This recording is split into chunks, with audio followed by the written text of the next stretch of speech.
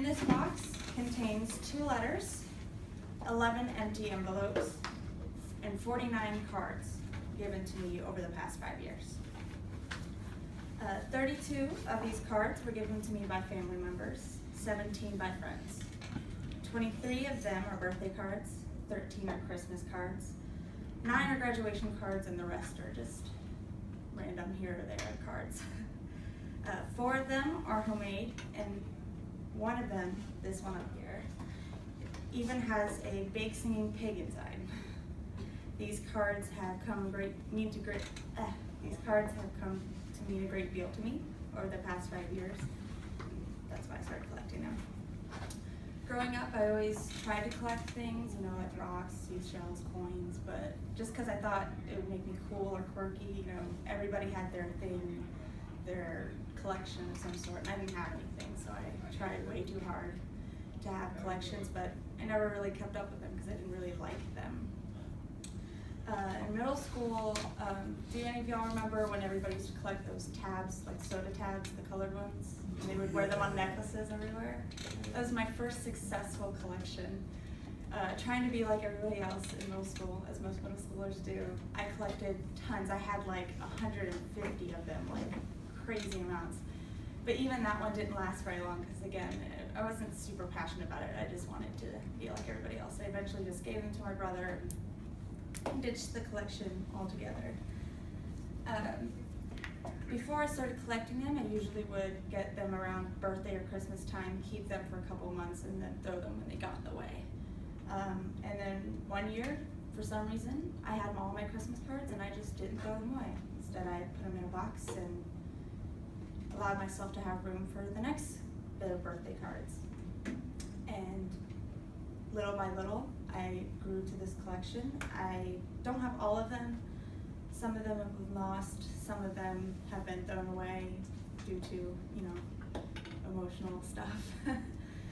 But for the most part, I tried to keep most of them.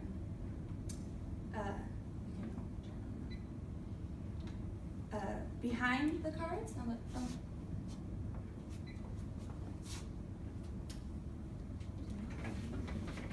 it's video mode.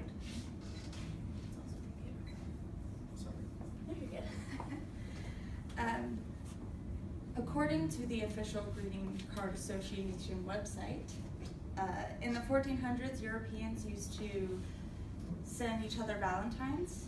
That was like the first card tradition that we had because of St. Valentine marrying people in secret.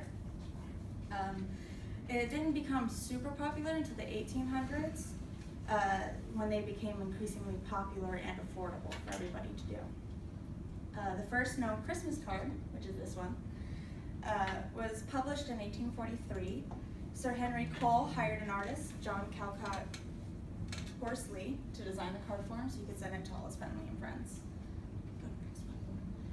This is one of the first popular Valentine's cards made by Esther Helen in 1849. She handmade a card because she saw that people were doing Valentine's and she wanted to do like an elegant one, a really fancy one. So she did this, she convinced her father to buy all the materials, and then she made a couple.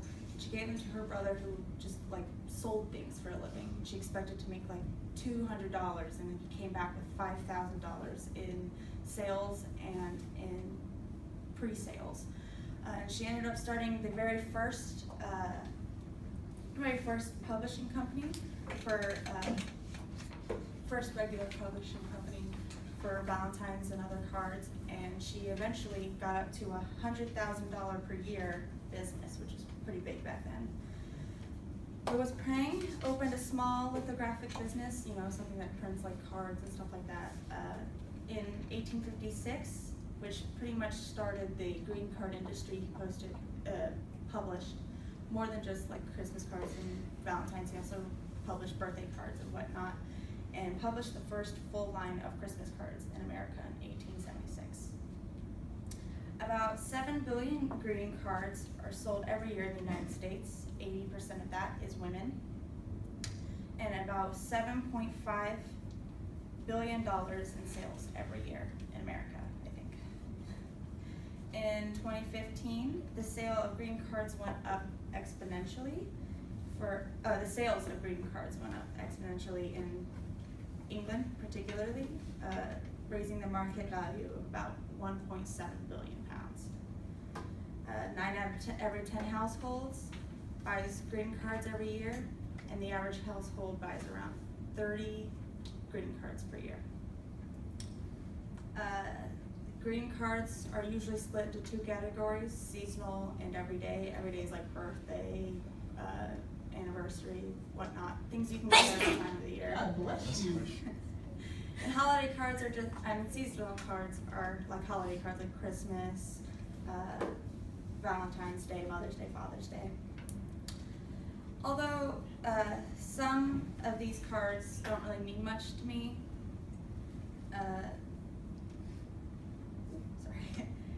just a small card that you can get in the mail can sometimes mean more than a huge gift.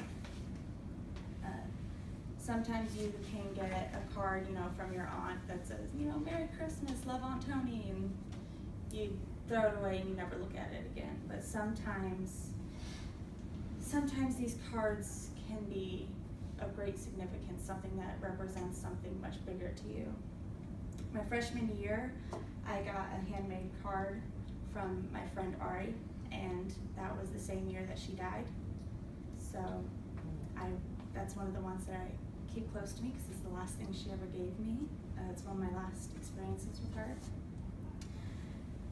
I have 2 of the exact same birthday card from my dad, because 2 years in a row he gave me the same birthday card and he didn't know it because he thought it was so funny. It was like a card with a picture of a cat holding a fish with a birthday candle in it, and it's really dumb, but my dad thought it was hilarious and he got it for me 2 years in a row, and it was pretty much the funniest thing. I never had the heart to tell him he got me it 2 years in a row.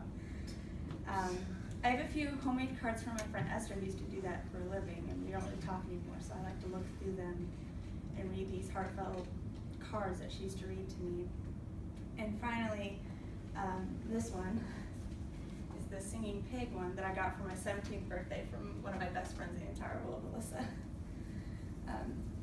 These cards are more than just paper and ink to me. They're memories, they're occasions, they're heartfelt messages. Sometimes they're the last words of a lost friend or a recently departed great-grandmother. I have a few of those. Sometimes they're magic and happiness wrapped in a small paper package.